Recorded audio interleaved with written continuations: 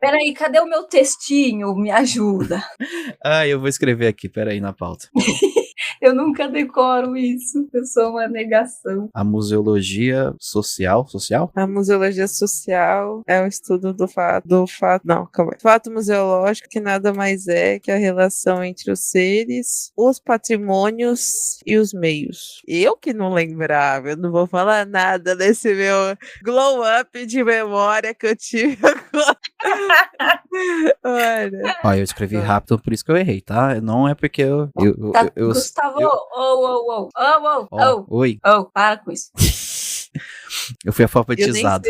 Eu nem tenho certeza se é isso mesmo, mas a gente precisa ouvir. Eu fui alfabetizado, mas às vezes eu esqueço. Vamos lá. Produção Podcast Clio. A museologia social é o estudo do fato museológico, que nada mais é a relação entre os seres, os patrimônios e os meios. Eu sempre gosto de dizer que eu gosto dos meios.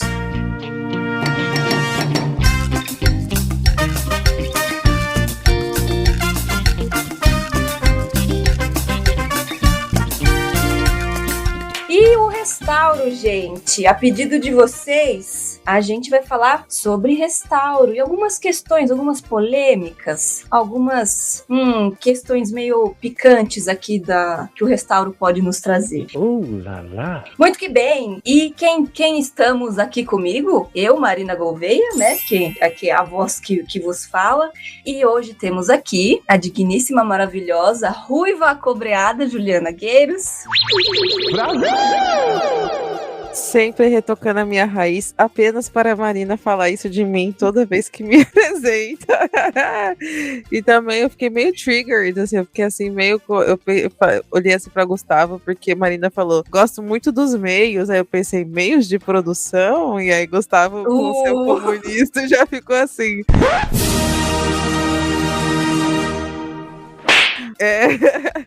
Ficou, enfim, gente. Oi, galera, tava com saudade de vocês. Como vocês estão? Voltamos bem em 2023? Voltamos bem, hein? Então vamos começar o episódio. E agora convoco o maravilhoso, digníssimo, o máximo Gustavo Nalva. Olá, queridos ouvintes, tudo bem com vocês? Olha, eu tô ficando vermelho aqui, tô que nem uma pimenta. Você falou em apimentados aqui, né? Eu já tô vermelhinho. Vermelhinho, não vou dizer que é só de comunismo. Mas eu só queria lembrar uma coisa que me veio aqui na cabeça agora. Lá no começo do Museano, quando tava só eu e Ju, a gente ficava super feliz quando a gente gravava com alguém que não era de São Paulo. A gente falava, estouramos a bolha, ê! Agora a gente grava com tanta gente do Brasil todo que a gente nem lembra desse estouramos a bolha, né? A bolha já está estourada, já. Exato, a bolha já era a bolha. E hoje estouramos a bolha com pão de queijo. É verdade. Quem será que tá aqui? Quem adivinha da onde ela é? Tandã! Nossa ilustríssima convidada de hoje. Quem é? Por favor, Tainá, apareça entre nós com a sua belíssima voz. Ai, muita gentileza sua. Acho minha voz muito chata, gente. Mas muito obrigada pelo convite. Tô muito feliz de estar aqui. Espero que todos estejam bem, começando o ano bem, né? Finalmente a gente tem um governo nesse país. Então, vamos ver se agora a gente consegue sair do fundo do poço. Dar uma melhoradinha. Temos as melhores expectativas para isso, não é mesmo, Museanders? Espero que sim. Sair do subsolo do fundo do poço, na verdade, né? Exatamente. Nossa senhora. Eu achava que não dava para piorar, o Gustavo piorou um pouquinho. Mas enfim, se apresenta um pouquinho pra gente, Tainá. Por que você tá aqui hoje? Da onde você veio? Da onde você vem? Pra onde você vai? O que você tá fazendo hoje? Não contou. Então, eu sou de Ouro Preto, né? Formada em Conservação e Restauro na FAOP e no IFMG, pelo IFMG. No momento eu tô fazendo arquitetura na base do ódio mesmo, porque saiu uma lei em 2019 que determina que só arquiteto pode executar trabalho de restauro. E aí eu poderia ser multado pelo CAL por quase tudo que eu fiz. E nessa lei nem determina especificamente se o arquiteto vai trabalhar só com bens imóveis. Ele pode fazer o que quiser, na verdade. Eu tentando transferir para o FMG, espero conseguir, que é mais voltado para patrimônio, pelo menos a arquitetura, então para mim se torna mais interessante. Mas estou aí há 15, 16 anos, não sei, na área de restauro já. E esperando que as coisas melhorem, mas acho que na nossa área é bem complicado. Eu falo que é uma relação abusiva com o restauro, né? Porque é tóxico, né? A gente ama o que faz, mas não é amar de volta. Só que é uma relação viciante, né? Você quer fazer aquilo, você é apaixonado por aquilo, aí você vai, se mata, e vai pro quinto inferno, e faz tudo que é coisa, e tem várias situações complicadas por conta disso, e não recebe bem, e fica feliz, mas assim, não tem retorno. Aí, tipo, é complicado. Mas a gente tá indo, né? Estamos sobrevivendo, firme e forte. Sim, a gente lida com questões abusivas, com certeza. Mas a felicidade não paga os boletos, né? Exatamente. Estamos aqui difundindo conhecimentos para quem sabe um dia plantando sementinhas, não é mesmo?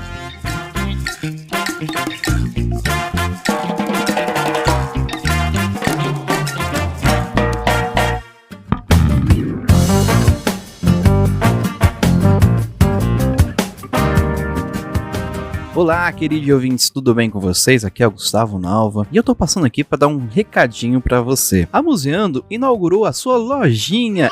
Isso mesmo, inauguramos a nossa loja de camisetas com estampas exclusivas da Museando. Você pode acessar aí no link que tem aqui na descrição ou então direto no link www.umapenca.com/museando. Nossa lojinha fica hospedada no site do Mapenca e lá você tem acesso a camisetas lindas e maravilhosas que são sustentáveis. Todas as camisetas são de produtos veganos, isso mesmo, nenhum animalzinho sofre no processo. Então pode ir lá, você pode fazer suas compras até 3 vezes o cartão tranquilinho. E temos várias estampas lindas. Para você que é estudante, tem o Estúdio Museologia, gostoso demais. Para você que é educador e museal, temos o guiada não, monitorada também não, e sim mediada. Temos também com a carinha da nossa querida Valdiza. Vão lá, acessem o nosso link aqui na descrição e deem uma olhada lá no site. Lembrando também que a Museando faz parte da Clio Podcasts. E você quer ajudar a gente a criar mais e melhores conteúdos? Entre aí também no link da descrição, no Padrim da Clio. Lá você ajuda tanto o Museando como o ClioCast, o Como Esse Plantão, o Resenha Relâmpago e o Ficha da Luta. Com a partir de R$1 você já está ajudando todos esses podcasts. Também você pode fazer o Pix. Temos aí o Pix da Clio@gmail.com. Só mandar o valor que você sentir no seu coraçãozinho, ok? Valeu, muito obrigado e bora pro episódio.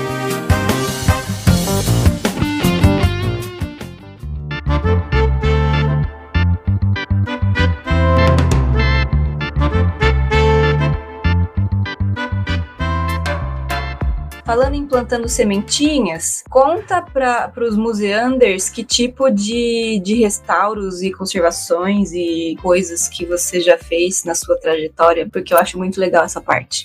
Então, com a minha formação na FAOP, é um curso técnico, né, em Ouro Preto, é o mais antigo no Brasil, até onde eu sei.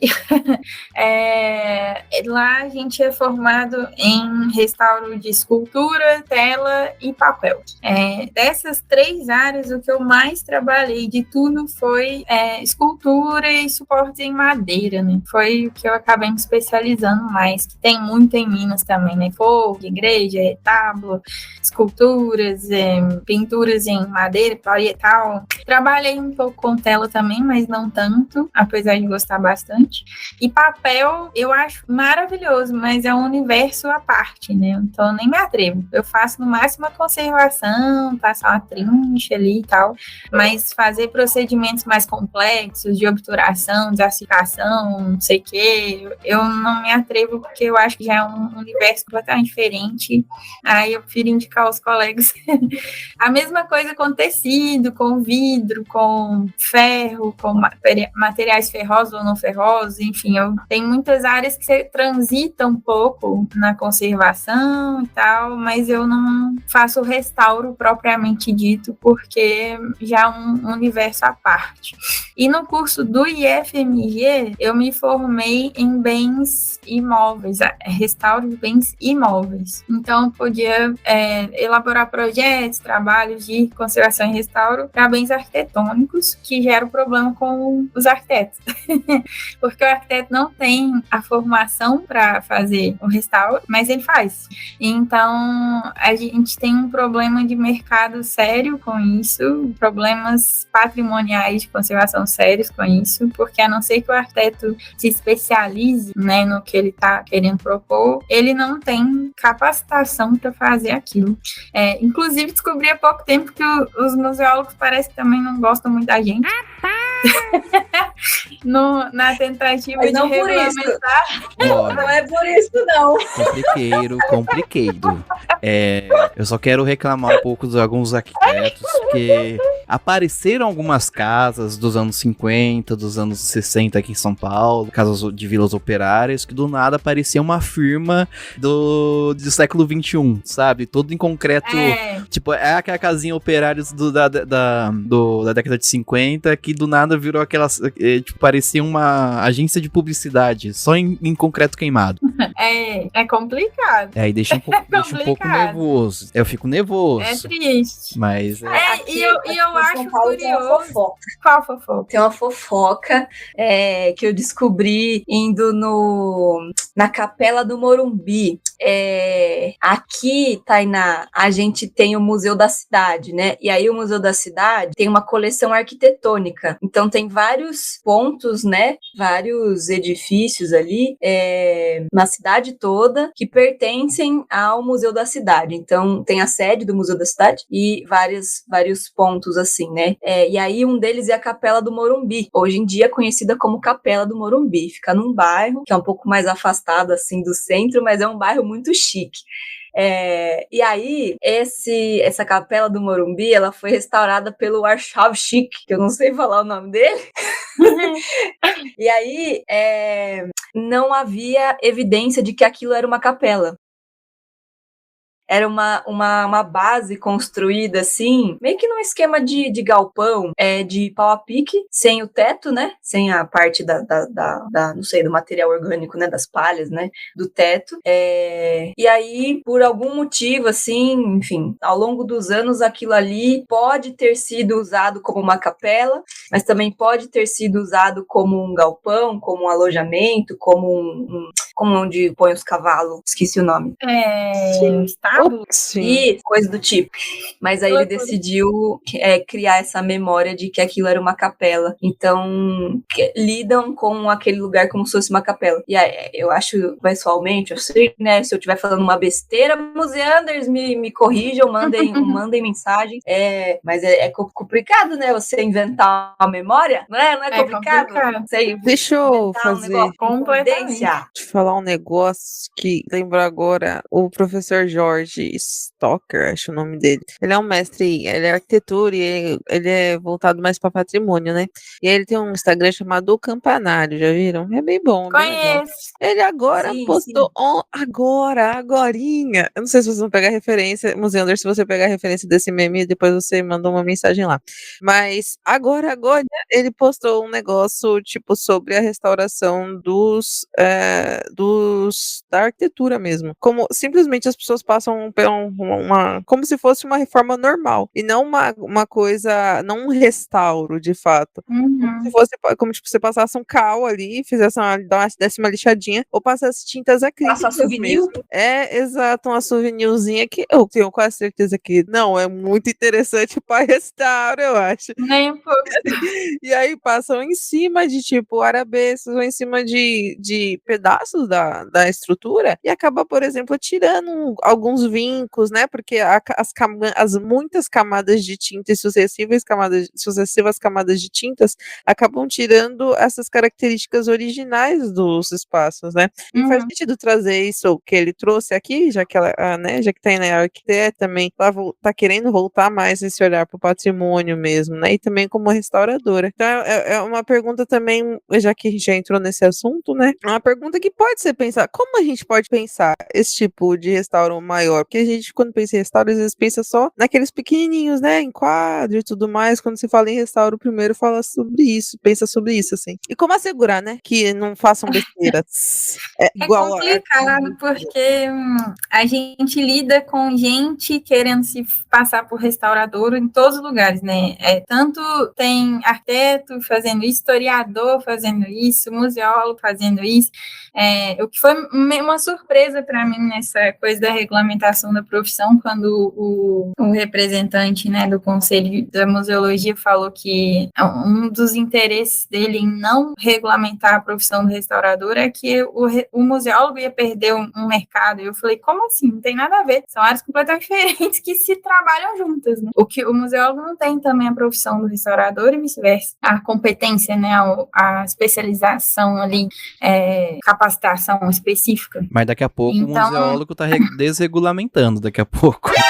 Vamos tomar cuidado, vamos tomar cuidado. A gente tem que se unir, né, gente? A gente tem que se unir. E aí, eu fico muito preocupada com esses movimentos. Eu acho que a gente tem um grande problema, que é um sistema completamente errado, né? Assim, completamente corrupto, desviado, enfim.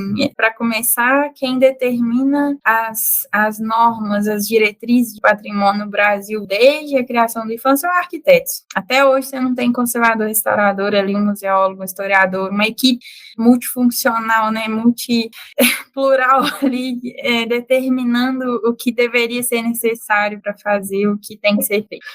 Segundo que nessas obras grandes, tanto em bem arquitetônico como integrados, artísticos, isso acontece com mais frequência do que a gente consegue acompanhar, né? Às vezes só não é tão divulgado, mas é muito comum, assim, o pessoal fazer intervenções dando o nome de restauro e não é restauro, uma reforma bem... uma reforma qualquer, né? Às vezes boa, às vezes ruim, mas que vai alterar a estética ou materiais construtivos ou em todas as formas aquele imóvel ou aquele bem. O que é complicado, porque quando... Desculpa.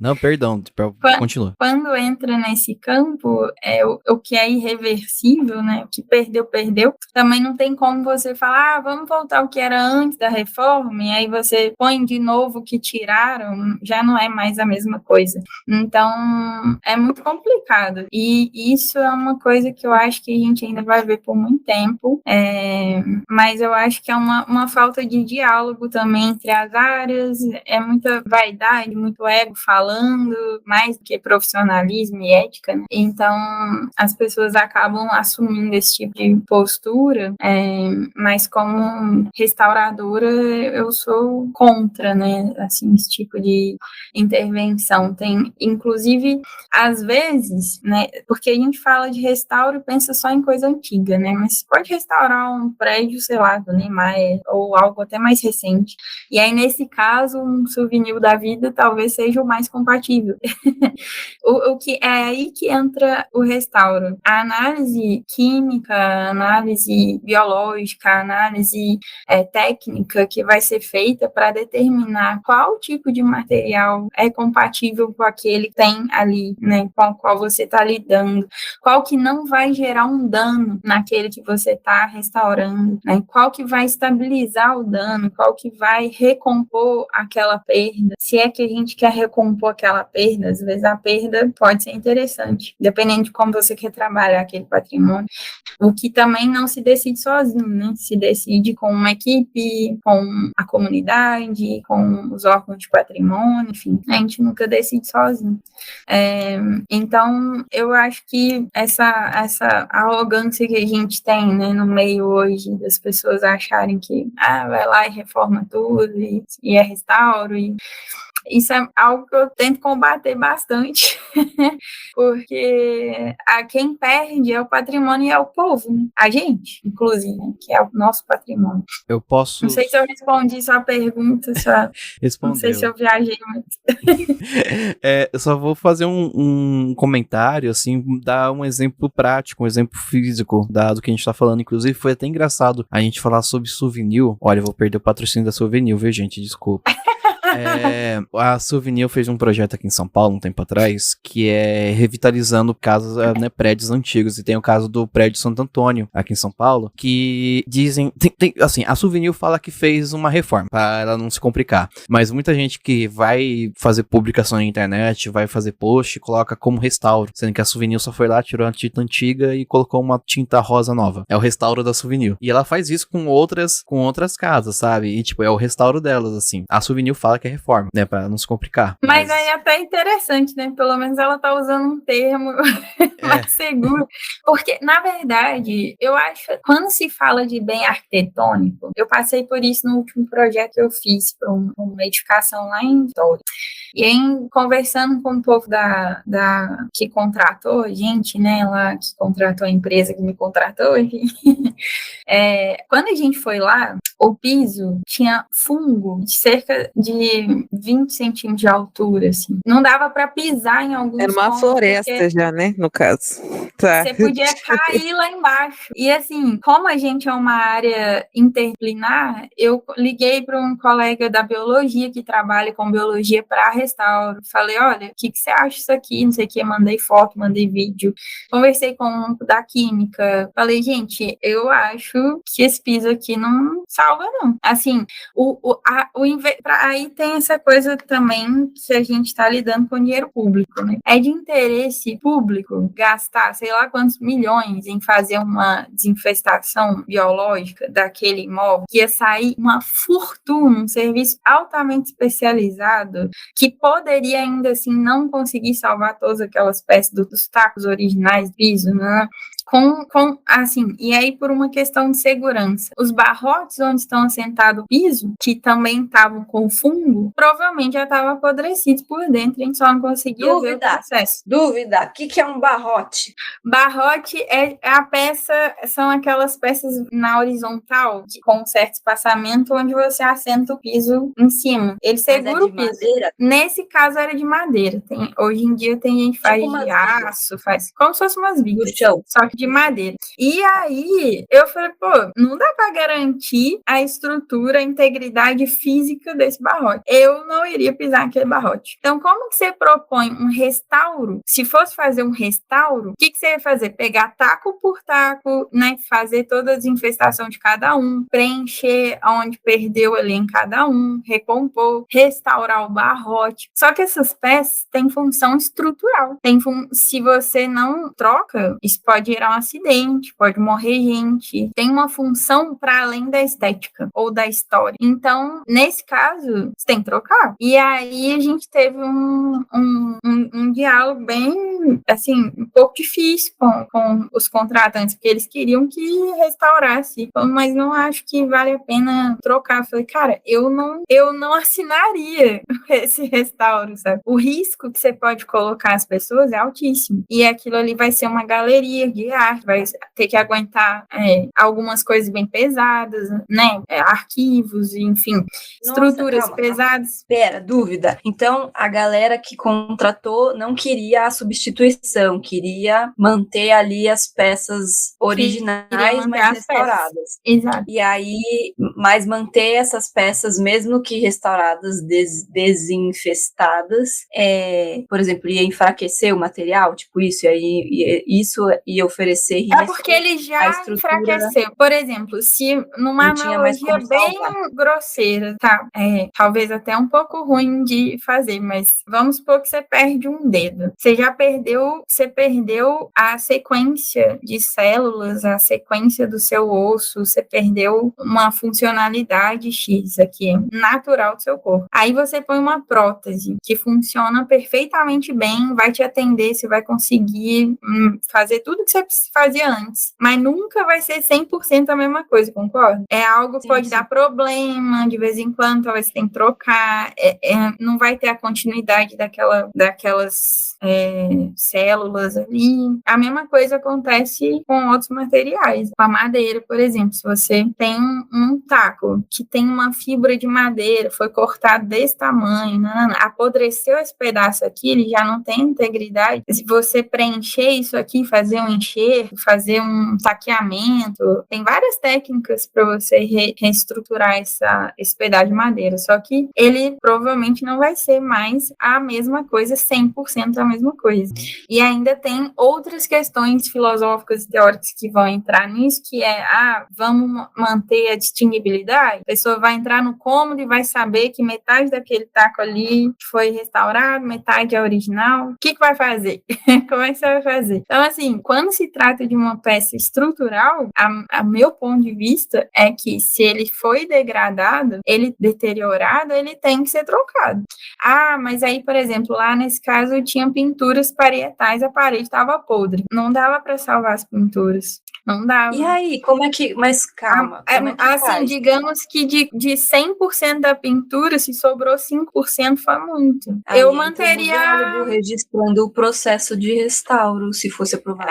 Exatamente. Memória do Aí processo a de minha restauro. sugestão foi manter a janela de prospecção aberta, proteger, né? E o resto, refaz o reboco, arruma a parede, pinta num tom neutro ali e ok, não tem que É fazer. até chique deixar a janelinha de prospecção, tem vários lugares que deixa, fica bem bonito. Exato. E aí, você pode falar o que aconteceu com esse caso aí? Eles Eu não quiseram... acompanhei final.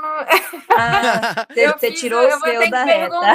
Que era um projeto bem maior, a minha parte era só do restauro. Ficou aqui em aberto. A gente vai ter que ir até a Vitória agora, gente, tá bom? Nós vamos fazer uma excursão, tá? Fim do Eu vou ano. perguntar para a empresa e depois eu retorno a vocês. Mas assim, a última reunião que eu participei, eles estavam nesse embate, que a empresa não quer assinar pelo risco que ela pode colocar as pessoas. É uma empresa de engenharia, pensa. E eles estão fazendo um reforço estrutural de engenharia lá, que o imóvel tá, assim, deplorável. E aí quando a gente foi aqui, toda viu o estado, não sei o que, eu falei, cara, não dá.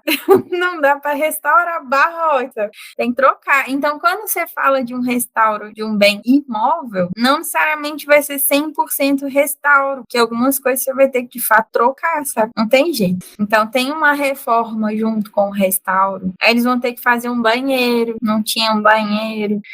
Já é uma reforma. Isso é uma reforma arquitetônica, não é restauro. Já não cabe a mim projetar um banheiro. Eu vou fazer uma pergunta aqui. Já aproveitamos que estamos nas polêmicas aqui, já quero saber a sua opinião de uma coisa. Assim, o que você acha sobre, assim, quando um prédio, um local bem tombado, já não tem mais condições, assim, de estar em pé, e a gente manter a fachada dele? Que, assim, a gente tem muitos casos aqui em São Paulo que a gente só tem a fachada preservada. Ouro Preto também. A fachada. E aqui chega até a ser mais escandaloso, como o hospital ali da Liberdade, que tem a fachada ali, uma fachada neoclássica, normal, top, linda, só que é só fachada. Uhum. Atrás tem um prédio espelhado. Dentro da fachada tem um prédio espelhado. Tem um outro caso também aqui agora no Bexiga, que a gente tem o Bexiga todo aqui, o bairro do Bexiga aqui em São Paulo, é todo tombado, as fachadas. Uhum. Só as fachadas. Então o que acontece? Estão construindo a estação do metrô, que é a estação da Bela Vista, ali na Brigadeiro Luiz Antônio, e tinha, onde eles foram fazer a escavação do metrô, tinha um quarteirão que tinha paredes tombadas, né? A fachada tombada. Então eles demoliram todo o interior e manteram lá todo com uma estrutura de ferro, a fachada de pé, sabe? Aí eu queria falar, eu acho essa questão da fachada, só manter a fachada, polêmica. Ou então de derrubar tudo e manter a fachada, sabe? Eu queria saber a sua opinião, já pra ser polêmico, assim, mas também se você quiser responder, a gente aceita. Eu acho que é realmente polêmico, é algo que até pessoalmente eu tenho um pouco de dificuldade de definir exatamente. Eu acho que cada caso é um caso, né? Em Ouro Preto tem muita fachada preservada, mas eu acho que não só em Ouro Preto, mas como você citou aí nesse caso, em vários pontos do Brasil, tenho certeza que isso acontece, essa situação da preservação no Brasil é produto de relações de poder que foram estabelecidas dentro das políticas de preservação de patrimônio cultural, material e imaterial, quanto resultado da origem compulsória dos patrimônios nacionais. E ele vem de critérios adotados na época SFAM, né, que eram sustentados não tanto por estudos e pesquisas, mas pela autoridade dos agentes e da instituição que respondiam pelos tombamentos. Tem um autor que cita isso, Fonseca, se não me engano, que ele fala que o exercício dessa autoridade era considerado legítimo. Então, digamos que o IFAM nasceu dentro de uma ditadura, né? E aí a gente só passou a estudar de fato esse patrimônio e ter um aprofundamento maior, entender as complexidades desse patrimônio, da cultura que a gente tem, um tempo depois, e muita merda já tinha sido feita, inclusive, mas também por conta dessa autoridade, talvez foi que fez com que muita coisa tenha sido salva, né? Ouro Preto, por exemplo, só se preservou porque teve essa atitude, mas um monte de coisa se perdeu também nessa atitude. Então é complicado, não dá para julgar, né? Foi feito o que eles deram conta na época com o que eles tinham de conhecimento na época. Hoje a gente tem outros poderes, outros conhecimentos, outros saberes e outras possibilidades de debate, né? Então a gente pode rever coisas. E eu acho que o mais importante para mim hoje é as pessoas estarem, imprescindivelmente as instituições estarem abertas à discussão e ao diálogo, o que eu acho que ainda não aconteceu. Tanto a academia como os órgãos de patrimônio. Então, falar que é certo ou errado, não sei. Às vezes, a gente está lidando com um problema também muito grave, porque, digamos que o tombamento dos imóveis foi feito de forma vertical, né, de cima para baixo, do órgão, do Estado para o povo. Não é um processo colaborativo, o povo nem sabia o que era isso. Mas o povo é que arca com isso. E ele não foi convidado a saber se ele dá conta de arcar com isso. E a maior parte do patrimônio que a gente tem é do povo. Meu avô tem uma casa sem história de Ouro Preto. A gente dá conta de manter ela? Não. Então, se a casa estiver toda podre, toda caindo, e o restauro vai sair uma fortuna, extremamente burocrático, lento. Se cair, a família é multada absurdamente, né, pela Unesco. Então, tipo, o que você faz? Então mantém a fachada e faz outra coisa atrás, que é o que a gente dá conta. Então, assim, em muitos casos é complicado julgar, sabe? Porque nem sempre você tá lidando com um órgão, com uma instituição que tem poder financeiro de bancar aquilo, e o nosso governo não dá essa ajuda. Aí falam, mas tinha um programa Monumenta que ajudava o pessoal a restaurar a casa. O programa Monumenta ajudava a financiar em 1000 anos o seu pagamento do restauro, não pagava o seu restauro.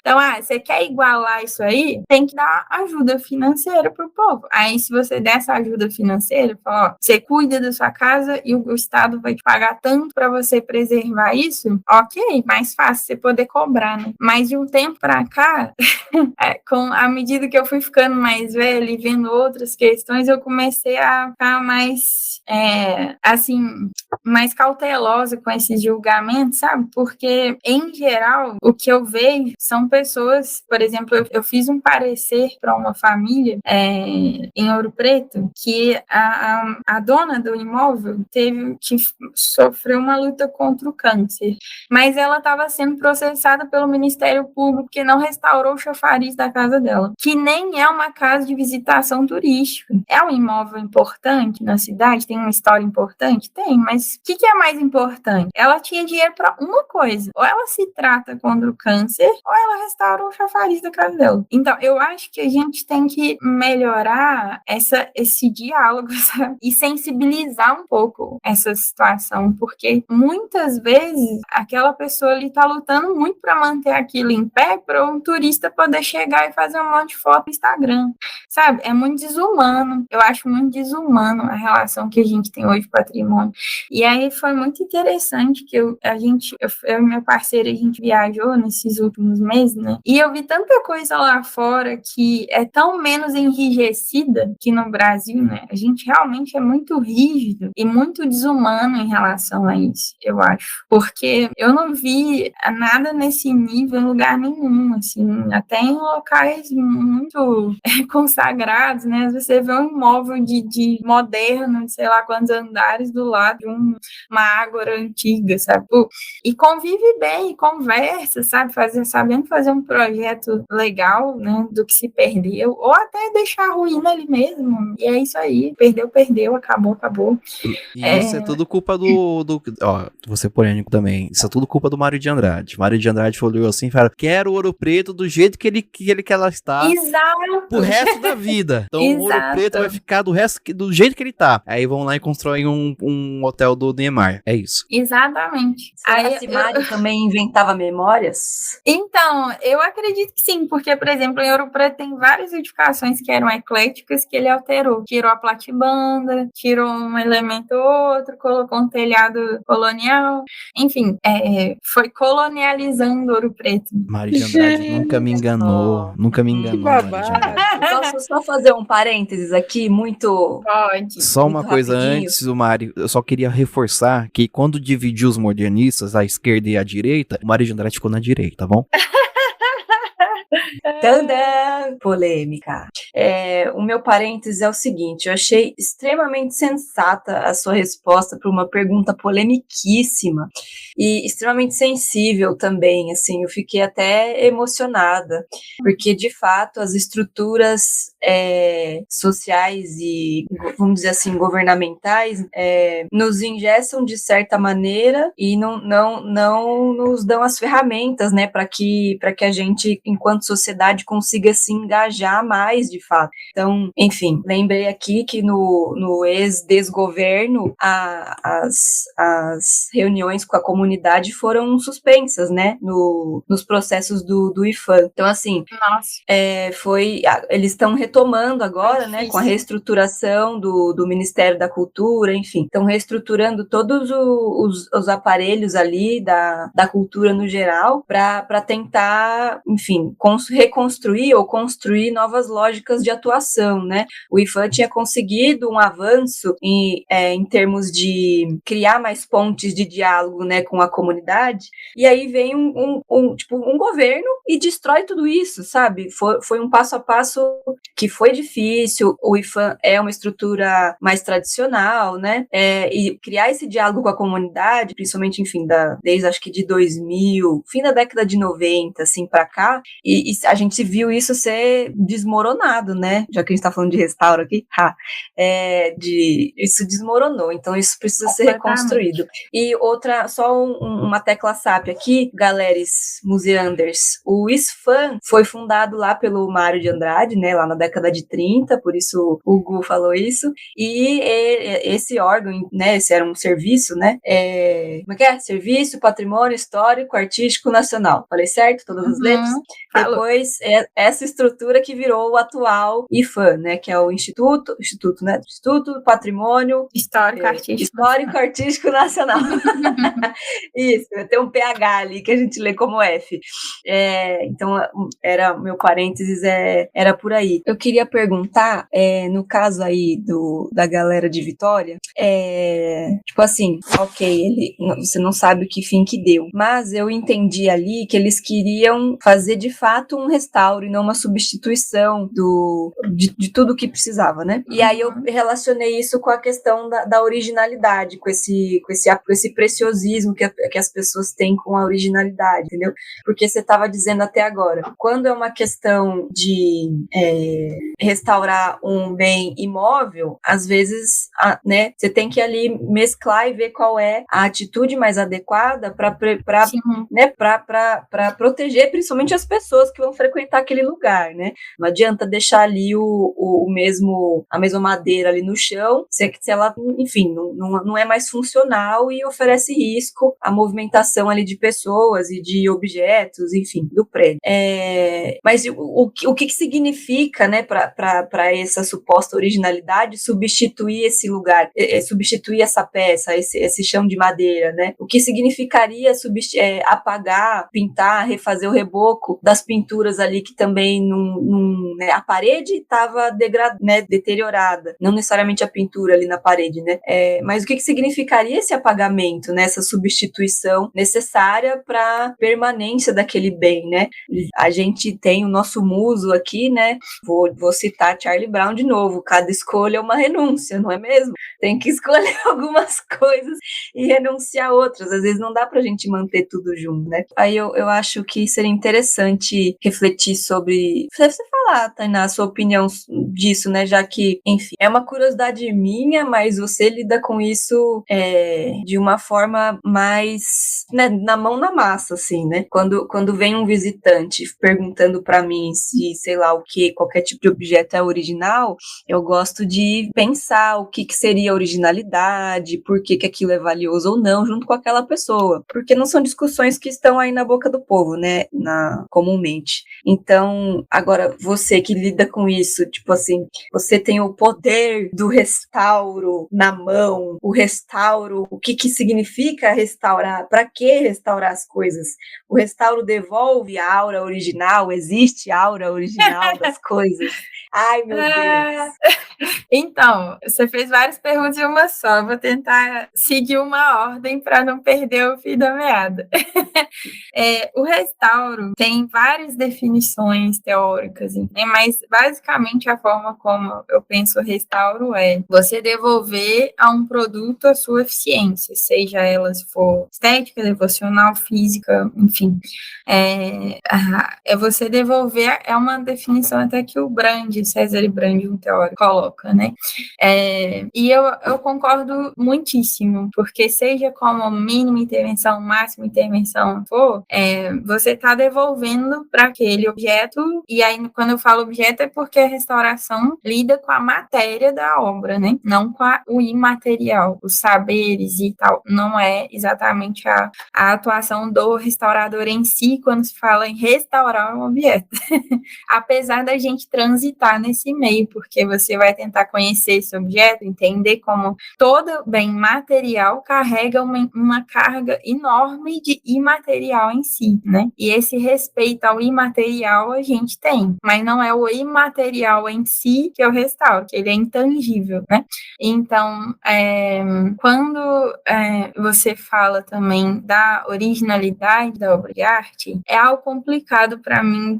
Eu tenho um debate eterno na minha cabeça, porque eu vejo muito essa preocupação, apesar de geralmente nos trabalhos a gente sempre tem um historiador, né, que faz um levante danado de muitas informações importantes que confirmam as nossas investigações. E o historiador é que acaba lidando mais com o público, com a comunidade, muito mais do que eu. E ele traz isso tudo para mim, né? E aí quando eu acho que é necessário, tem um embate muito grande, aí a gente reúne a comunidade, os órgãos, os historiadores, todo mundo conversa mais.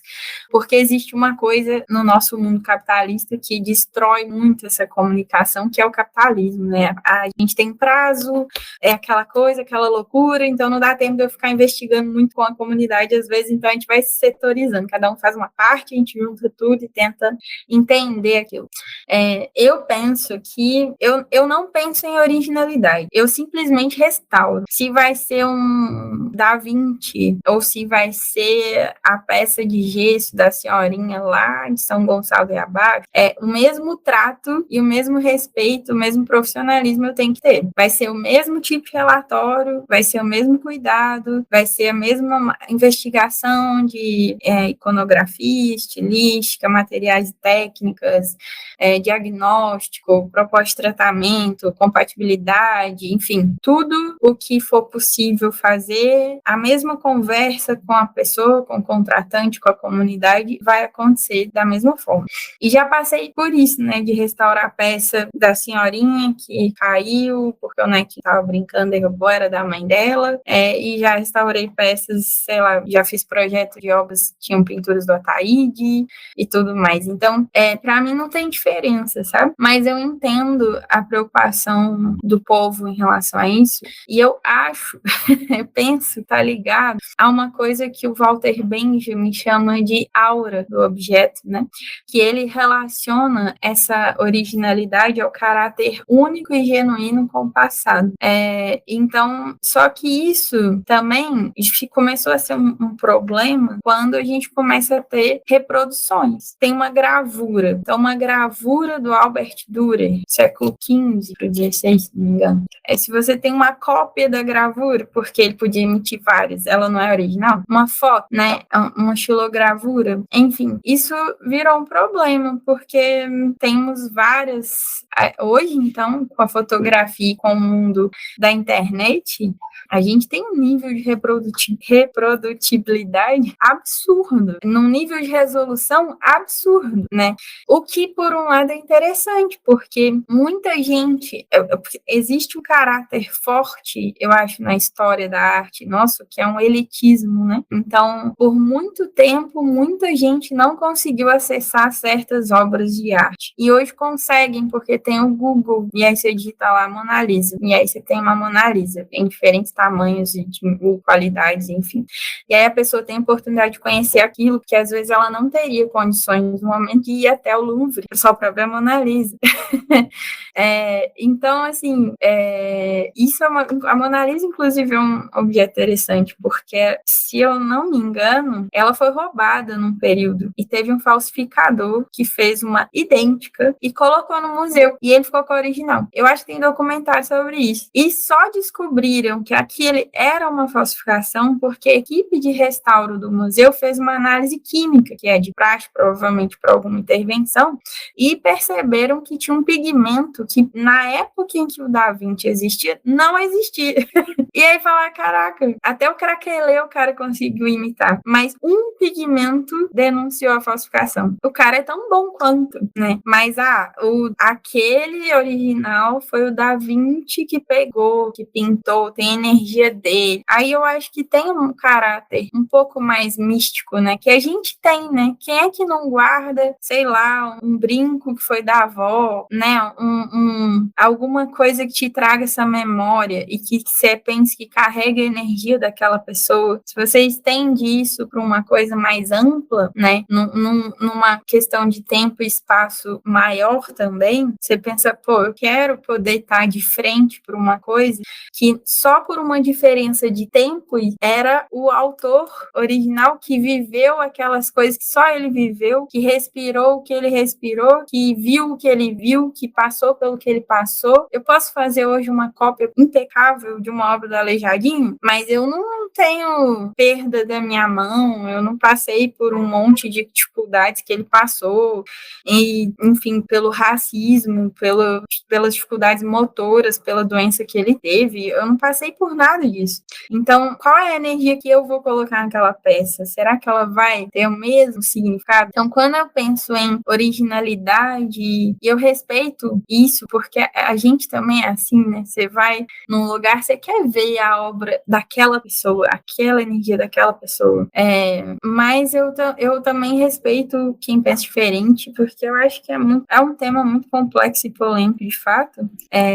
Mas eu acho que é muito pessoal, e na minha profissão eu não posso atuar com base nisso em específico. Apesar de saber que se eu restaurar um Da Vinci, vai ter um peso absurdo no meu currículo. Né? Mas pessoalmente, para mim, não faz diferença. Eu acho que é muito, muito subjetivo, muito filosófico, e vai de cada um. Mas eu respeito porque eu entendo que as pessoas têm relação, porque eu acredito que no fim das contas, se você comprimir tudo que a gente pensa, todas as nossas áreas, o que um museólogo, restaurador, historiador, turismólogo, todo mundo que atua na área de patrimônio, no fim, se você espremer bastante isso aí, o que sobra para mim é a busca pela conexão. Você quer se conectar com o passado, com quem veio antes, com quem vem depois, com quem vai vir, né? No caso, com quem tá aqui hoje. Então, no fundo, a gente trabalha pela conexão. E quando você pensa, e eu acho que quando você leva isso para povos ainda mais esquecidos e mais que sofreram muito mais com perdas de memória, com preconceito, os indígenas, os africanos vindos para cá, a gente não tem muitos registros das obras deixadas por eles. O quão importante importante é você pegar, não sei se eu posso estar falando uma bobagem, mas eu imagino que se usava turbante, né? Os africanos que vieram para cá escravizados deviam usar um turbante. Vamos supor que a gente encontre uma escavação, um turbante que veio, um navio negreiro que passou por tanta coisa na cabeça de alguém. O quão único é esse turbante, entende? Então, não dá também para desrespeitar esse caráter da originalidade, porque ele tem seu peso, né? Ele sobreviveu, a pessoa que estava nele não, mas ele carrega uma memória, uma história, uma trajetória, dá para você traçar o passo, né? Por onde passou, de onde veio, quem pegou, o que significou, o que ele fez, o que ele promoveu. A gente lida muito com isso no dia a dia, talvez a gente vai ficando um pouco insensível, mas quando você pensa o quanto desses objetos que a gente pode restaurar e conservar não trazem uma voz à tona, né? Uma representatividade à tona, o quanto essa originalidade não deve ser respeitada, sabe? Ela não é qualquer um. Então, tem todos os lados, todas essas facetas, sabe? Porque às vezes essa outra que não é a original também ainda vai ter uma história, né? Se ela não for conservada, ela já teve alguma história, por exemplo, qual vai ser? Daqui a 5.000 anos, qual a trajetória e as marcas que a gente vai ter deixado da nossa era, né? Sim, tanto que existem várias obras que não são originais em vários acervos de vários museus também, justamente porque é esse entendido que é importante conservar, né? Exato.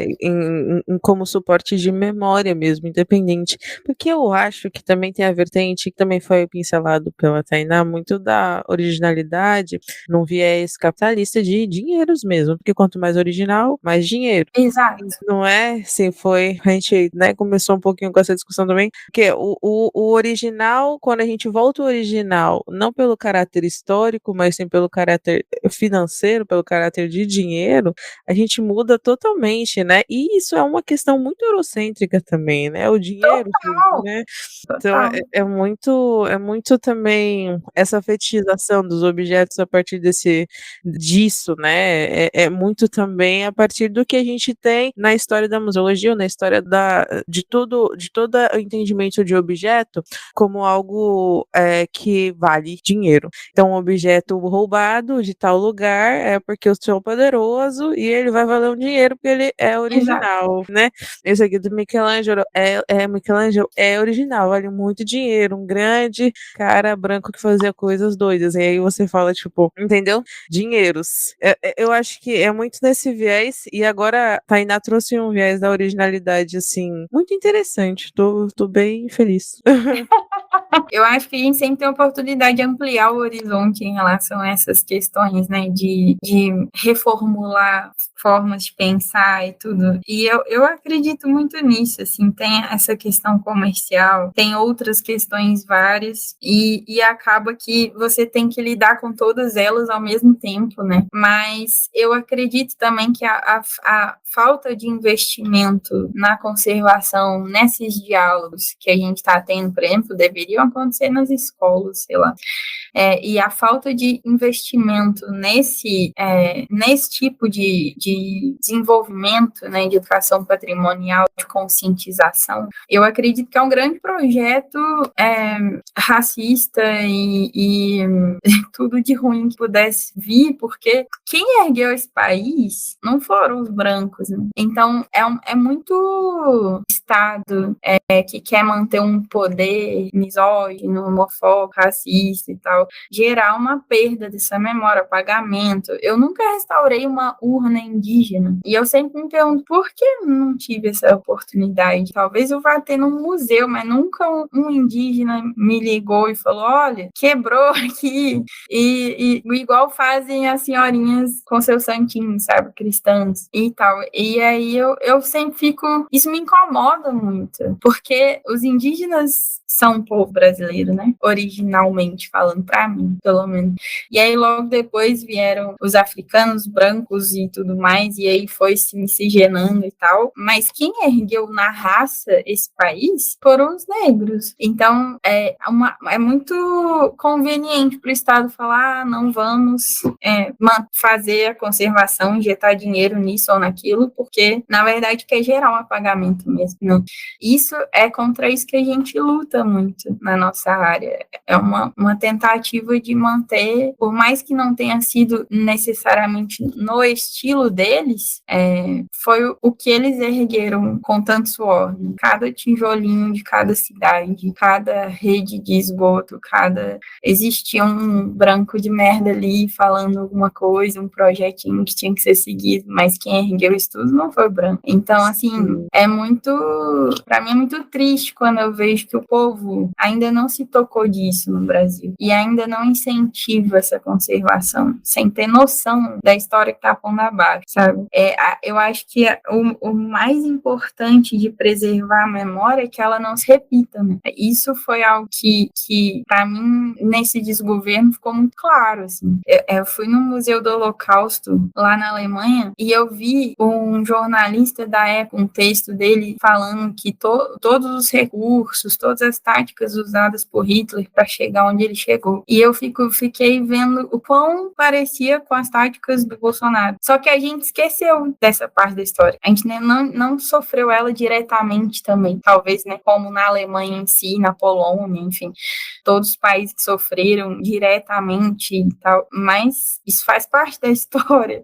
E a gente teve um apagamento tão grande de todas as nossas histórias, de tudo, desde do colonialismo, que é assustador, assim, as pessoas pedindo por ditadura, sabe? Eu falo, isso é falta de um trabalho de preservação de memória, porque se as pessoas se lembrassem, elas nunca mais iam querer que essas coisas acontecessem. Sim. Eu só queria fazer um adendo à sua fala, Tainá, porque a gente vê que é claramente no Brasil um projeto de esquecimento, né? A gente tem que pensar Exatamente. A gente tem que pensar que quando teve a abolição da escravatura, né, e também quando a gente tem a República Brasileira, o Rui Barbosa, uma das primeiras coisas que o Rui Barbosa vai fazer é pegar todos os documentos que ele tinha sobre escravidão e tacar fogo, falar que, ó, agora isso é passado, a gente não precisa mais lembrar disso, agora foco no futuro. Então ele vai pegar toda a documentação que ele tinha sobre escravidão e tacar fogo. É pra focar no futuro? Não. É pra você esquecer praticamente o passado, né? O caso do Valongo no Rio de Janeiro, ele foi descoberto muitos anos depois, quando foram fazer uma obra, olha, tem uma pedra diferente aqui. O que será que é? Foram lá, fizeram escavação, tem um porto aqui, é o caso do Valongo, né? Onde os escravizados chegavam e acabou servindo como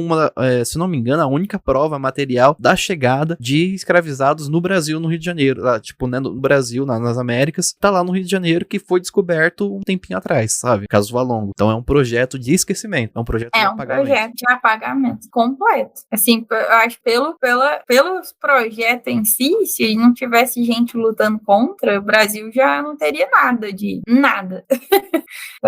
E tá aí a importância de, retomando ali a questão burocrática, né, da profissão do restauro, de ter a obrigação de ser feito por um arquiteto e por isso você tá aí nessa empreitada, daí a importância de ter profissionais como você nesse cenário, né, e seus colegas aí que compartilham dessa mesma linha de raciocínio, né, porque a gente tem uma responsabilidade gigantesca nas mãos enquanto profissionais da memória, não? Que tipo de memória a gente guarda, que tipo de memória a gente difunde, que tipo de memória a gente pesquisa, que tipo de memória a gente comunica e como a gente comunica tudo isso. Então, é de fato as profissões da memória, assim, enfim, é um campo de luta, né? A memória já diz aí, trocentos e tantos autores, o quanto memória é poder, né? O quanto o exercício de poder, ele se coloca como apagamento ou não, escolhas e renúncias. Você privilegia algo e desprivilegia outra coisa, e aí muda totalmente o curso da carruagem toda aí, né? Então a gente tem uma responsabilidade responsabilidade muito grande trabalhando, né, nessa área, né? E é muito importante a Tainá trazer esses vários olhares sobre o que a gente tem como originalidade ou o que a gente não tem como originalidade, né? Porque eu fico contando causos, né? Um dos meus causos é voltado para museus casa e coisas do tipo, assim, né? Instituições do tipo. Nesses espaços, você tá ali perto da onde aquela pessoa viveu. Então tem a energia da pessoa, igual a Tainá falou, ela que viveu ali, dormiu naquela cama, tocou aqueles objetos e por alguns feitos ali aquela pessoa é importante. E aí, os visitantes vêm e enfim, vou nichar aí a experiência, né, do caos. Na casa de vidro da Lina Bobardi, vai muito arquiteto, já que a gente tá falando aí desse universo, vai muito arquiteto, vai muito designer, né? E aí, de fato, tem algumas peças lá que tem, sei lá, um ou duas tiragens, assim, né? A Lina desenhou e fez só um modelo, então isso encarece demais tanto o objeto quanto o projeto. Ela enfim, tem o Instituto Bard licenciou alguns estúdios de design para vender algumas outras cadeiras, né, principalmente dela. Mas enfim, as pessoas iam lá e perguntavam assim: nossa, a casa é toda original? E aí eu gostava muito de pensar no sentido de o casal Bard morou naquele lugar por quase 40 anos. Como que você mantém a sua casa perto do que você acha, do que aquele visitante acha como original durante 40 anos, né? Você não troca um cano, você não troca uma lâmpada, você não troca uma, né? Aí eu lembro que uma pessoa, assim, notou que os banheiros, tinha banheiro com aquela caixa, aquela descarga que é uma caixa, assim, e tinha banheiro que a descarga era na parede. Aí eu comentei, a maioria do que tem na casa é da época de convivência, né, do casal. Aí ele, nossa, mas até aquela privada, ela é muito recente. Ele enculcou com a privada, sabe?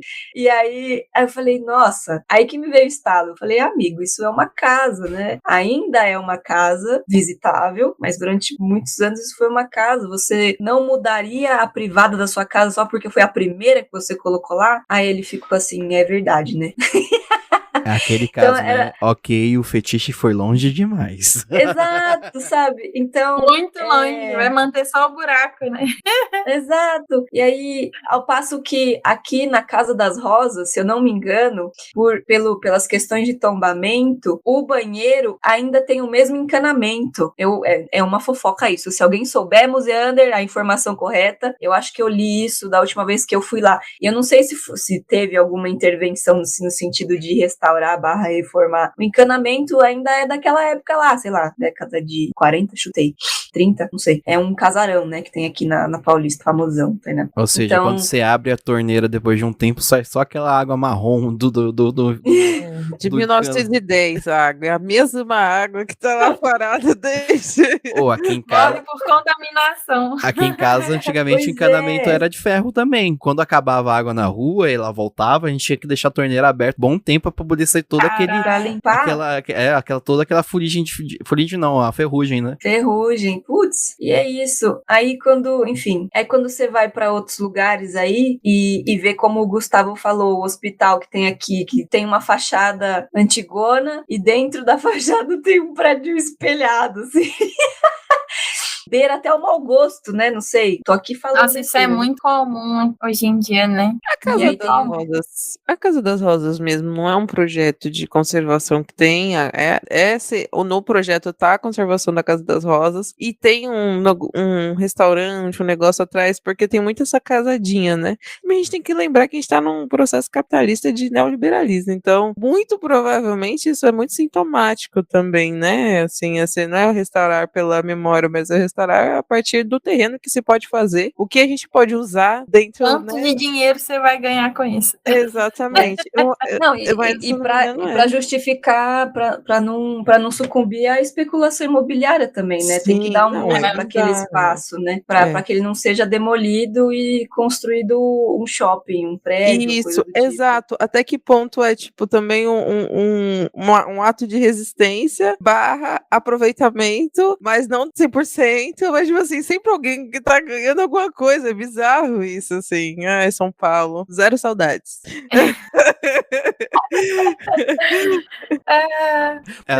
A Ju só tem saudade das coisas imateriais de São Paulo. Quando ela vem aqui, o maior desejo dela era comer num PF que vinha o almoço na bandejinha de alumínio, de prata. Meu Deus, que delícia, o arroz. Ou tomar o café, aquele café lá que você queria tomar também da outra vez. Nossa, o arroz numa bandejinha, o parmegiana em outra bandejinha, o feijão numa cambuquinha. Era só isso que eu queria, meu Deus. Viu? É só o bem material que ela gosta. O material isso já era. Tá Eu te entendo. E caminhando já pro querido final, mas não o esgotamento desse assunto, né? A gente viu o quanto o restauro tá permeado e permeia diversas faces tanto da parte técnica da profissão, quanto das partes subjetivas e até emocionais, né? E da nossa responsabilidade como profissionais da memória no geral. Qual é então também, se talvez essa pergunta, depois de tudo isso, essa pergunta também pode ser muito polêmica, né? Qual é a corrente do restauro mais praticada atualmente, né? Você estava comentando há um tempo que, né, questões éticas, né, do restauro, você vai ali deixar, como é que é o nome que você falou? Deixar evidente ali que aquela parte foi restaurada e a outra né, foi mantida na originalidade. Isso, você falou distinguibilidade. Foi isso? Ou eu aprendi essa palavra hoje? A gente tem... Ou não, enfim, qual é o que se tem falado sobre esse assunto, né? Olha, eu acredito que, pelo menos assim, do tempo em que eu tô no restauro, a minha linha de atuação é retratabilidade, distinguibilidade e compatibilidade, que são 3 pilares, assim, no restauro, né? Antes a gente usava muito o termo reversibilidade, mas até ele tem sido bem problematizado hoje em dia, né? Porque tem coisa que não é reversível, tipo um fungicida que você aplica, você não vai tirar. Então, tem umas questões que a gente tem usado mais o termo retratabilidade. Mas é difícil também falar a mais praticada atualmente, porque cada lugar, cada restaurador, cada instituição funciona de um jeito. Então, tem países que adotam e talvez nem seja uma maneira tão geral, tá? Mas uma coisa da mínima intervenção. Então, você vai chegar num lugar, se tiver uma perda, a pessoa, mesmo que pudesse recompor, tivesse toda a referência estética daquela imagem, isso aqui, ela não recompõe, deixa em tom neutro e perdeu, é isso mesmo. Que eu acho muito legal. Eu acho que a gente tem que começar a aprender a lidar com as perdas.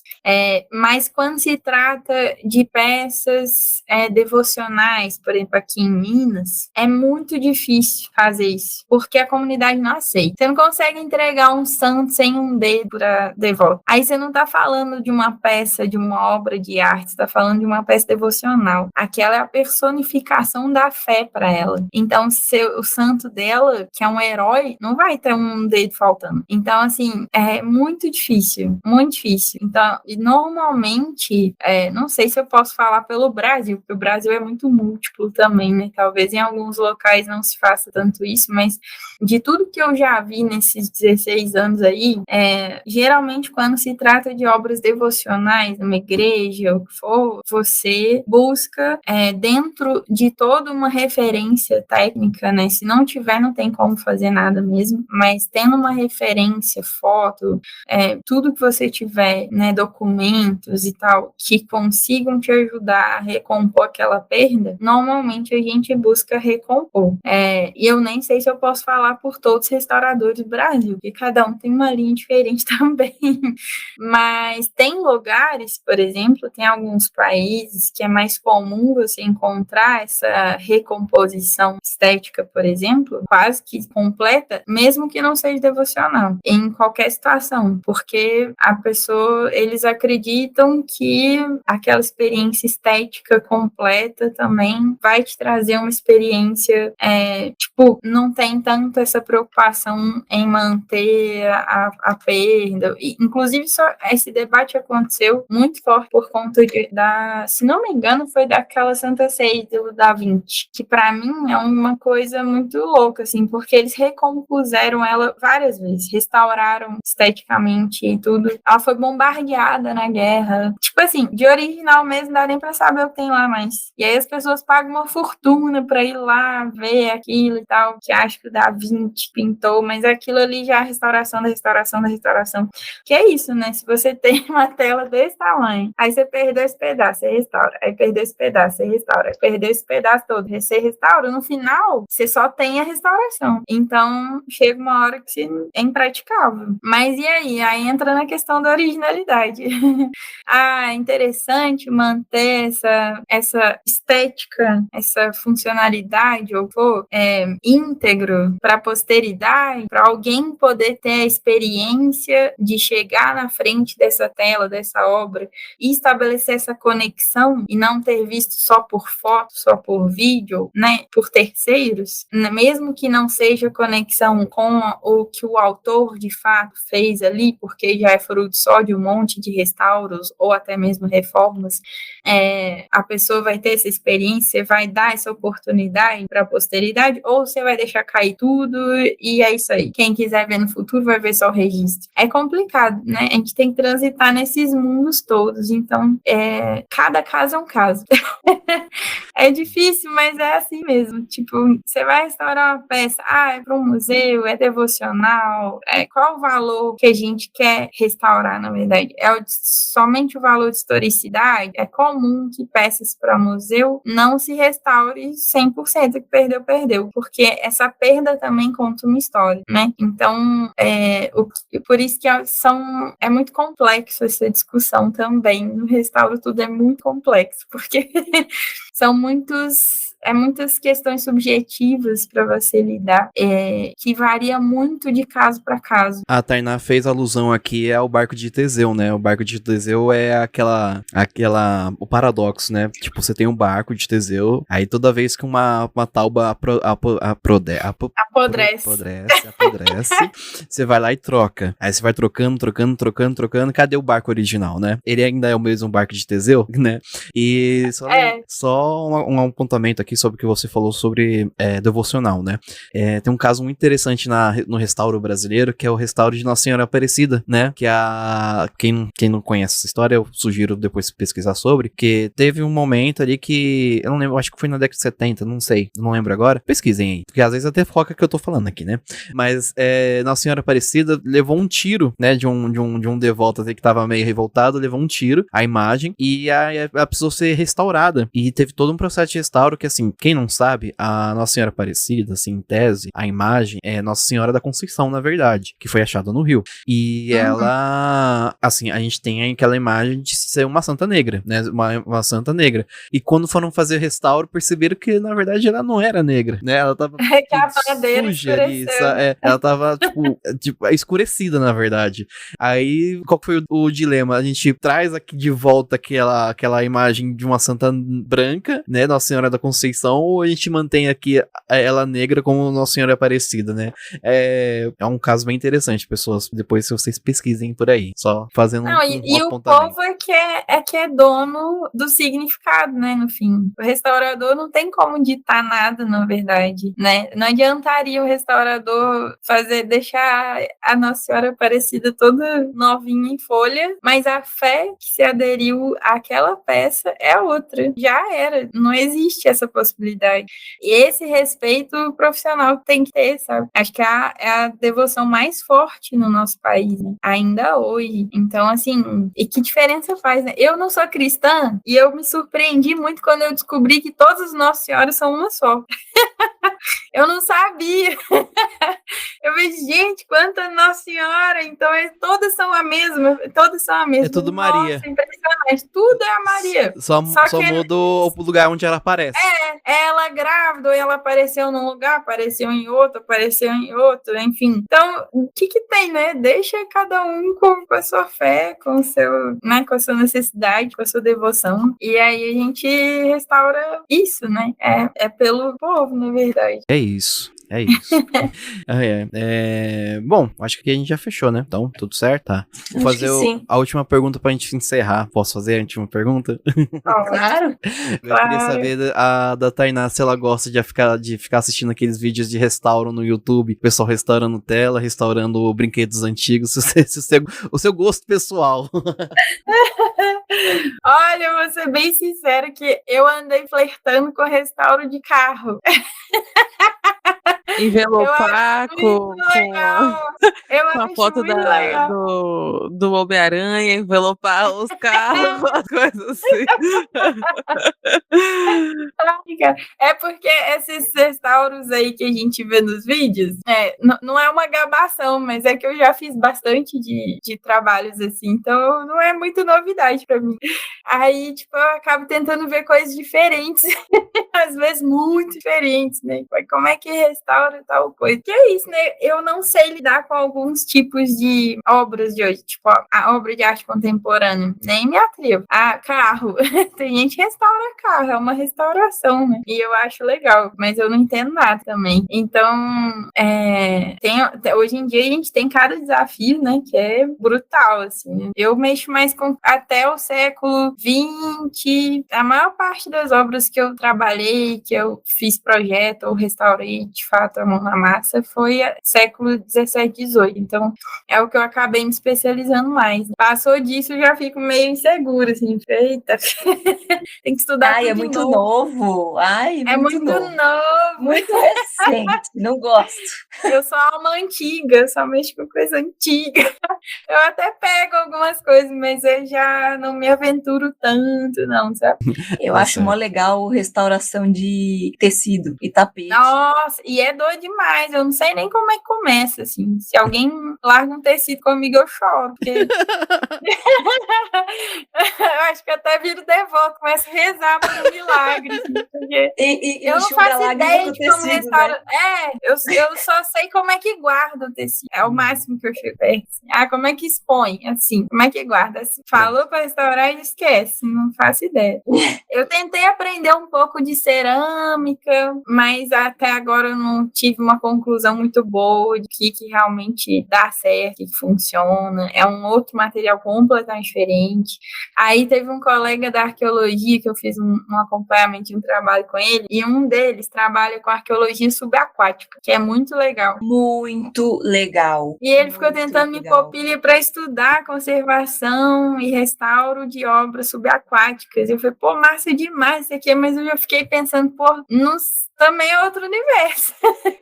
Eu achei que você ia falar que não sabe nadar. Não, eu sei nadar, mas ele falou assim, quando ele falou assim, nossa, eu quase morri uma vez, você acredita? Porque o meu negócio deu problema e eu tive que subir, sei lá quantos quilômetros que ele já estava de profundidade, muito rápido para não morrer. E aí ele foi sendo puxado pelo equipamento. Nossa. E aí isso pode te matar também, né? Você voltar muito rápido, você não pode voltar muito rápido. Eu não sabia dessas coisas. Aí eu já desanimei, falei, vai que eu morro, sei lá, vai que vem um tubarão. Imagina você tá lá conservando um navio, sei lá de quanto. Fora que o negócio tá lindinho lá embaixo da água, aí você tira de lá de baixo e desmancha. Aí desmancha tudo. E era justamente isso que ele queria que eu estudasse. Como tirar essas coisas, esses bens, debaixo d'água, sem perdê-los, né? Antes de ter o contato com o ar, ele já tá conservado, preservado, o que é um desafio gigantesco, né? Mas eu fico, gente, vai tirar de lá pra quê, gente? Deixa lá. Não tem nem onde pôr. Faz turismo subaquático, já era. Faz turismo subaquático, deixa lá. Porque, a gente tem que alimentar as histórias, lendas dos Atlantes, das coisas assim, sereia. Mas uma coisa interessante que a Tainá falou aqui é que tem muita gente que acha que o restaurador, ele vai restaurar tudo, desde tecido até coisas de ferro, de plástico, né? E não é assim, não. Você se especializa em cada área, né? Tipo, a Tatiana Russo, que gravou com a gente o último episódio sobre sobre restauro, ela se especializou em superfícies metálicas. E é um rolê completamente diferente. Gente, o meu maior desafio até hoje, assim, pra mim foi muito, eu acho que pra equipe inteira foi muito complexo, foi o trabalho do resgate das obras que sofreram foram atingidas pelo rompimento da barragem do Fundão em Mariana, né? Que aconteceu também em Brumadinho. É isso, né? Essa discussão do original e não sei o que, ali tinha uma importância absurda, né? Tinha gente que perdeu todos os filhos e sobrou um brinquedinho só de um dos filhos que ela viu morrer na lama, sabe? Tipo, aí como que você faz? Você vai... Esse objeto é único, mas é sempre um desafio. É sempre um desafio. O que é gostoso, mas a gente que gosta dessa adrenalina, né? Vocês devem passar por isso também. Né? Esse desespero de, meu Deus, eu não sei o que eu faço. E aí, de repente, você tem que estudar e aprender um monte de coisa, conversa com um monte de gente, aí você vai encontrando. Mas é aquela frase, só sei que nada sei, pra mim, cada mais tempo passa, mais verdade se torna, assim. Parece que quanto mais eu estudo, menos eu sei. Eu fico mais confusa. Concordo. Muito louco. É isso. Concordo demais.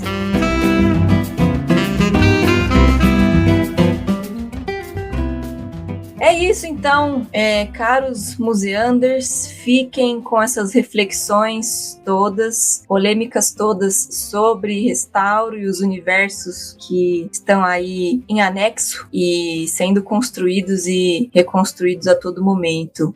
Eu gostei muito dessa conversa, eu aprendi horrores, a gente sempre aprende aqui, né?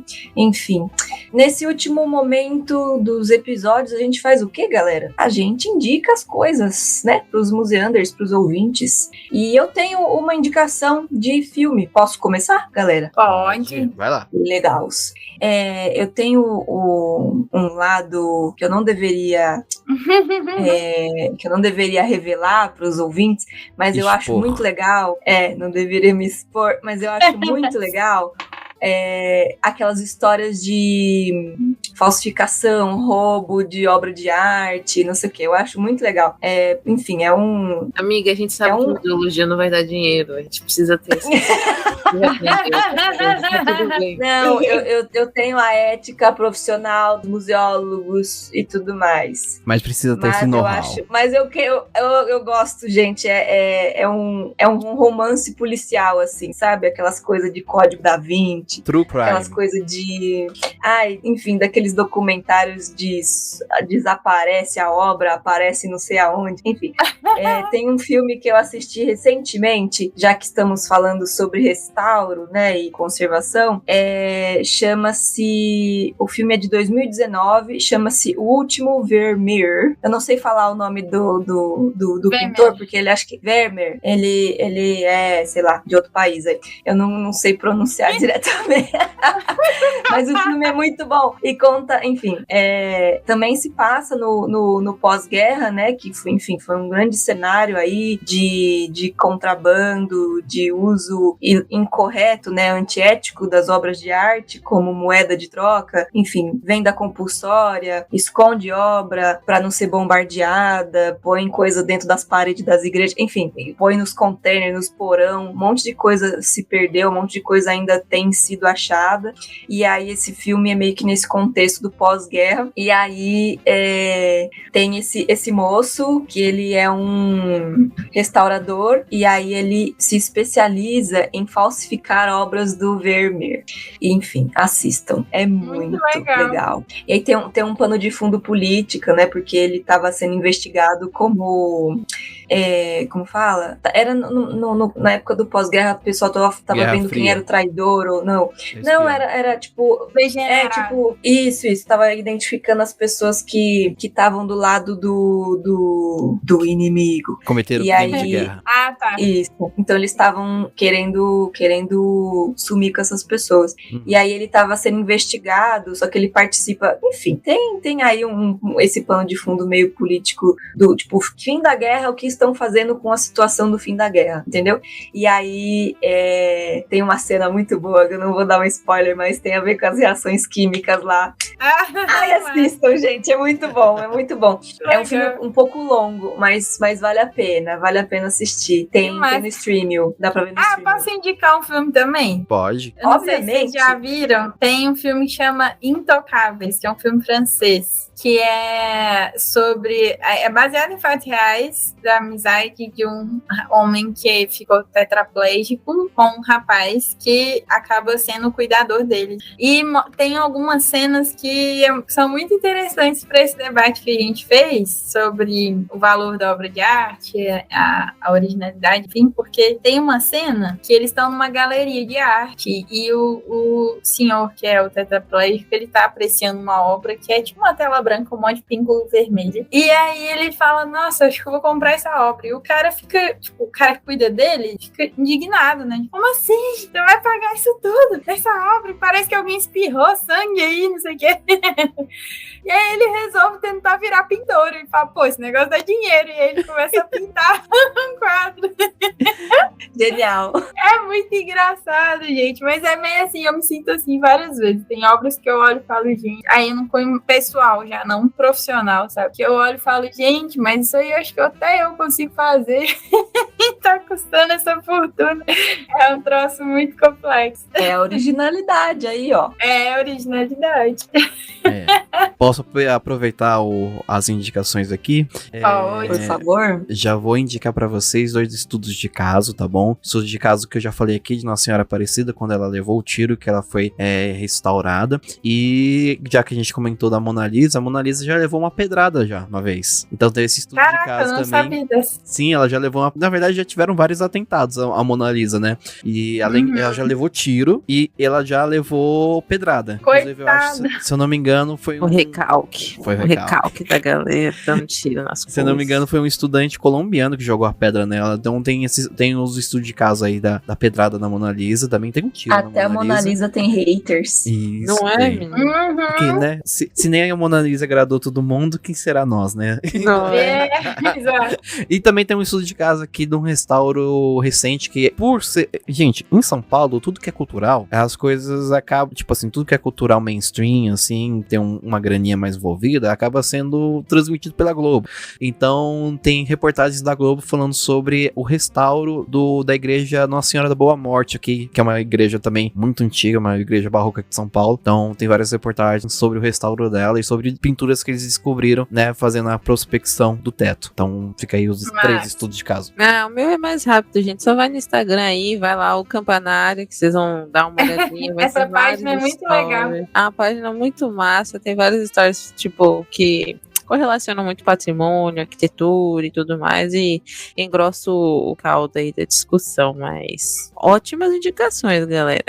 Fazendo uma autopropaganda aqui, na página da minha empresa, da Atlantis Atelier, na pandemia eu fiz várias lives com vários profissionais diferentes que atuam na área, inclusive a Marina foi uma delas. Quem tiver interesse de ir lá e assistir, foi muito legal essa live, e tem outros profissionais também falando, biólogos, químicos, historiadores, enfim, que atuam na área de conservação e restauro. E aí é bem interessante esses debates também. Legal, vou pra assistir. entender essa pluralidade. Vou assistir. Depois a Má manda o link da página, a gente coloca na descrição do episódio. Beleza. Então você que tá ouvindo aí no futuro, você já pode ir aqui na descrição do episódio ver. E é isso. Muito obrigada, gente. Foi ótimo. Então, muitíssimo grata, Museanders, por mais um episódio. Extremamente agradecida a Tainá pelo convite e por toda a experiência compartilhada aqui de tão bom grado com a gente.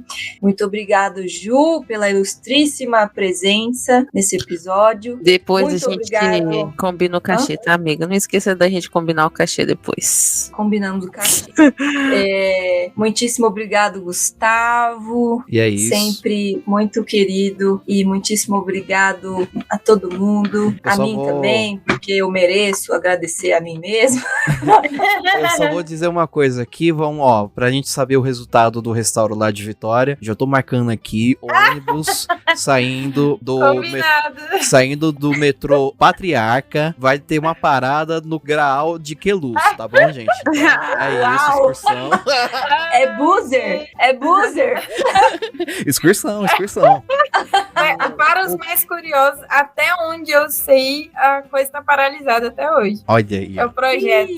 Olha aí. É o projeto. Mas vale a pena pelo ponto de Tá semana nesse do embate. Graal, gente. Vale a pena a gente fazer esse Mas quando eu andar alguma coisa, eu souber de alguma notícia diferente, eu falo com vocês. Tá bom, pode deixar. Tá bom, estamos curiosíssimos. Então, de novo, muito obrigada, Tainá. Seja muito obrigada, bem-vinda. vocês. Quando quiser falar qualquer outra coisa, tiver qualquer outra ideia, as portas estão sempre abertas para você, para Atlantis, enfim. Muito Você obrigada, agora gente. é da nossa casa. E vocês também fiquem à vontade para procurar qualquer coisa que eu puder ajudar ou deixar vocês ainda mais confusos também. Então, aí. Gostamos de polêmica e confusão. Então é isso, pessoal. Um beijo, gente. Um beijo. Vou só encerrar aqui com a nossa frase de efeito maravilhosa. Os museus, os restauros e as polêmicas seguem vivas. Isso aí. Pronto.